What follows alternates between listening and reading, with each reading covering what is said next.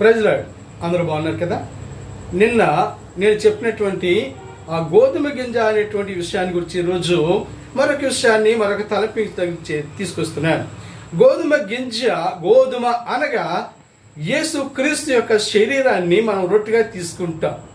అయితే అందులో నుంచి ఒక విషయాన్ని చెప్తాను. ఆ రొట్టెని కనుక మనం అడిగినట్లయితే, ఓ రొట్టె నువ్వు ఎక్కడి నుంచి వచ్చావు అని అన్నప్పుడు ఆ రొట్టె చెప్తుంది ఏమనంటే, నేను మిల్లులో నుంచి నన్ను పిండి చేయగా తయారై వచ్చానంటది.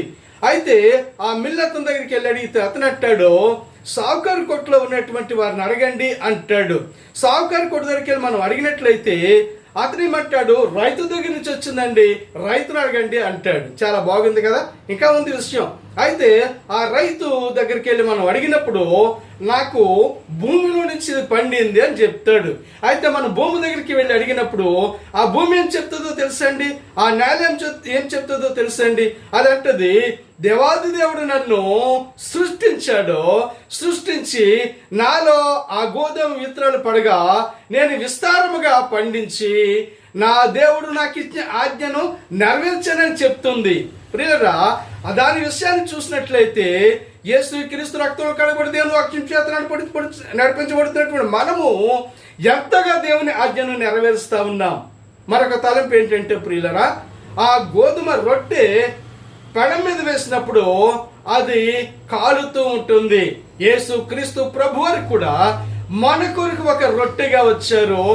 ఆయన ఎలాగా రొట్టెగా మారారు ఆ కలవరి శిలువ మీద అని మనం చూసినట్లయితే, ఆ పొయ్యి మీద పెనం మీద రొట్టె ఉందనుకోండి, కింద మానవుడి యొక్క పాపము ద్వారా వచ్చినటువంటి పాప ఫలితమైనటువంటి ఆ పాప అగ్ని ఆయనను కింద నుంచి దహించింది ఆ రొట్టెను.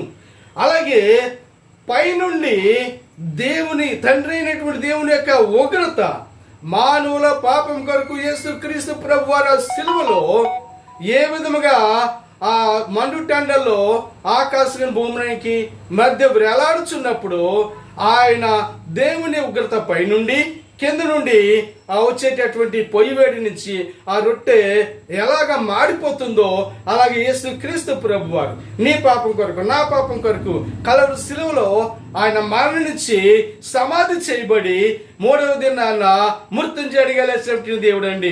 గోధుమ గింజలో ఉన్నటువంటి యొక్క అద్భుతమైనటువంటి ఒక విషయాన్ని దేవుడు తెలియచేసినట్లు మనం చూస్తుంటాం. ఈ వాక్యం ద్వారా దేవుడు మిమ్మల్ని దీవించును గాక.